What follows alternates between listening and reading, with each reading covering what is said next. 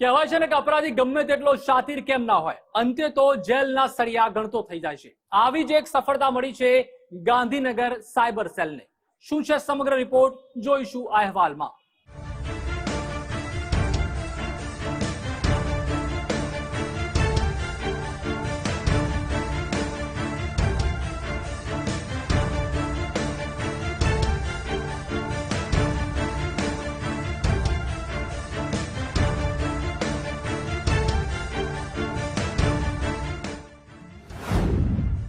$804 કરોડનો cyber ફ્રોડનો case. Cyber crime સેલને મળી મોટી સફળતા. 1549 જેટલા ગુનામાં જોડાયેલા આરોપીઓ ઝડપાયા.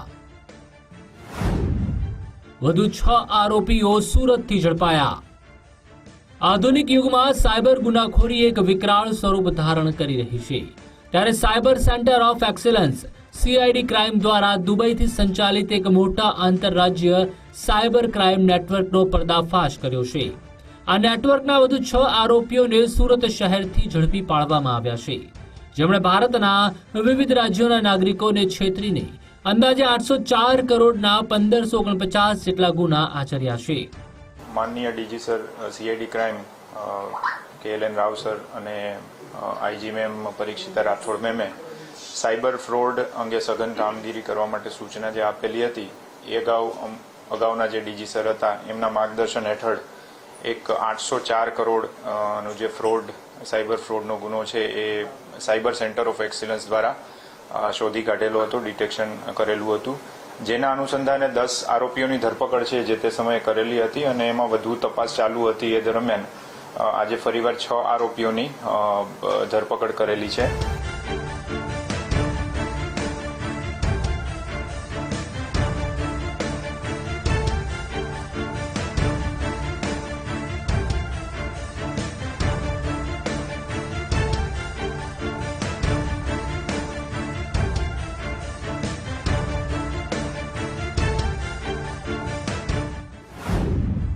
આરોપીઓ લોકો પાસેથી બેંક ખાતા અને સિમ કાર્ડ મેળવતા. બેંક ખાતા અને સિમ કાર્ડ ઇન્ટરનેટના માધ્યમથી દુબઈ મોકલતા. આ ગુનામાં સંડોવાયેલા આરોપીઓએ છેલ્લા 1 વર્ષથી પૂર્વ આયોજિત ગુનાહિત કાવતરું રચીને પોતાની ઓળખ છુપાવી આર્થિક લાભ મેળવવા માટે પ્રયાસ કર્યો હતો. તેઓ ગરીબ અને જરૂરિયાતમંદ લોકોને લોભ લાલચ આપીને વિવિધ બેંકોમાં મોટી સંખ્યામાં નવા બેંક ખાતાઓ ખોલાવતા હતા અને આ ખાતાઓની કીટ અને તેમના રજીસ્ટર્ડ થયેલા મોબાઈલ નંબરના સિમ કાર્ડ મેળવીને દુબઈ પણ મોકલી દેતા હતા. દુબઈથી તેમના સાગરીતો ઇન્ટરનેટના માધ્યમથી ભારતમાં લોકોને છેતરતા અને સાયબર ફ્રોડ દ્વારા મેળવેલા નાણાં બેંક ખાતાઓમાં જમા કરાવતા હતા. ત્યારબાદ આ નાણાં વિવિધ બેંક ખાતાઓમાં ટ્રાન્સફર કરીને અથવા રોકડમાં ઉપાડીને ભંગારના ધંધાની આડમાં સગે વગે પણ કરતા હતા.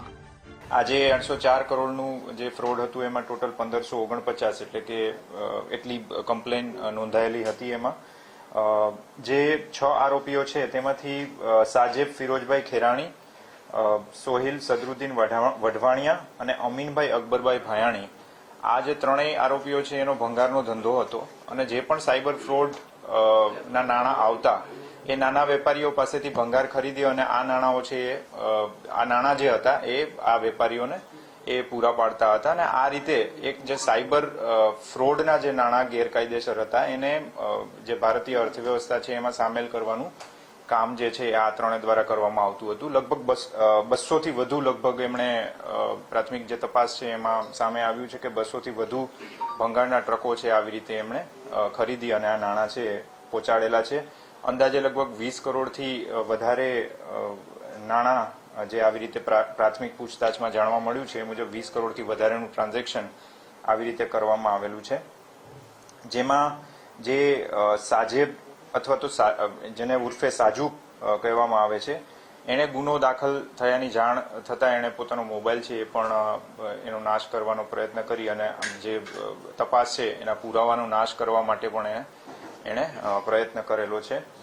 અન્ય જે 3 આરોપીઓ છે, કમલેશ અશોક સેન, સાગર અશોક સેન અને રાહુલ કુમાર રાજેશ કુમાર અગ્રવાલ, જેમાંથી કમલેશ અને સાગર છે એમણે બંનેએ ભેગા મળી અને 300 સિમ અને 270 થી વધુ બેંક ખાતાઓ છે એ આ ગુનાના કામ જે આખું મોટું 804 કરોડનું ફ્રોડ છે એમાં આપેલા છે.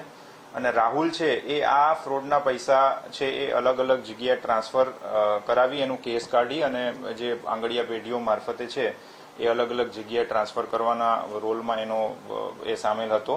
અને એવી રીતે એ પેમેન્ટ જે પ્રોસેસર કહેવાય એવી રીતે એ આરોપીની ભૂમિકા રહેલી છે. તો આવી રીતે આ 6 જે અગાઉ ગુનો નોંધાયેલો હતો એમાં વધુ 6 આરોપીઓની તપાસના અંતે આજે ધરપકડ કરવામાં આવી છે.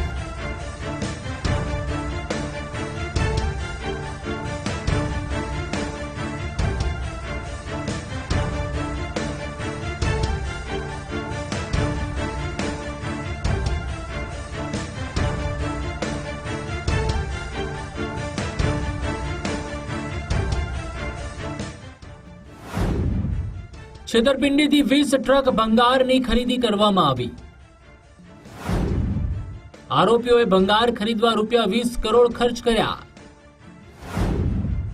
2 આરોપીઓને 300 સિમ અને 270 ખાતા આપ્યા હતા. એક આરોપીનો નાણાં ટ્રાન્સફર કરાવવાનો રોલ હતો. સાયબર ક્રાઇમ દ્વારા સુરતથી આરોપીઓની ધરપકડ કરાઈ. આ કેસમાં ઝડપાયેલા 2 આરોપીઓ કમલેશ અશોક સેન અને સાગર અશોક સેને 270 જેટલા ખાતાઓ તેમજ 300 સિમ કાર્ડ મુખ્ય સૂત્રધાર આમિર હાલાણીને પહોંચાડ્યા હતા, જેના બદલામાં તેમને સિમ કાર્ડ દીઠ ₹1000 અને બેંક કીટ દીઠ ₹50,000નું કમિશન પણ મળ્યું હતું. સુરત માંથી આ પકડાયેલા છે અને એ જે આગળની હજી તપાસ છે એ નાણાં પરત કરવાની એ બધી પ્રક્રિયા પણ ચાલુ છે. એ જે આ આરોપીઓ 3 હતા, સાજેબ, સોહિલ અને અમીન, એ ત્રણેયને ભંગારનો ધંધો હતો. નાના વેપારીઓ પાસેથી ભંગાર ખરીદવાનો અને જે એમને ચૂકવણું કરવાનું થાય તો એ આ સાયબર નાણાકીય વ્યવહારો જે હતા, સાયબર ફ્રોડના જે પૈસા હતા એ એમને ચૂકતે કરવામાં આવતા.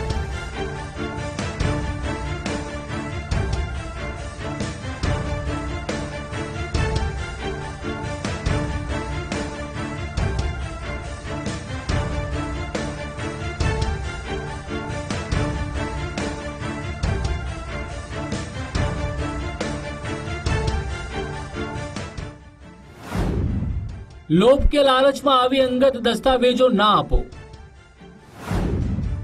બેંકમાં થતી એન્ટ્રીથી ખાતેદાર જ જવાબદાર બને છે. કમિશનની લાલચે પણ કોઈને ખાતું આપવું નહીં. જો ભૂલ થઈ હોય તો પોલીસનો સંપર્ક સાધવો. સંવેદનશીલ કિસ્સાઓમાં નામ પણ ગુપ્ત રાખવામાં આવે છે. અંતે કહેવું એટલું જ રહેશે કે સાવધાન રહો, સતર્ક બનો. નિકુંજાની, ગુજરાત ફર્સ્ટ, ગાંધીનગર.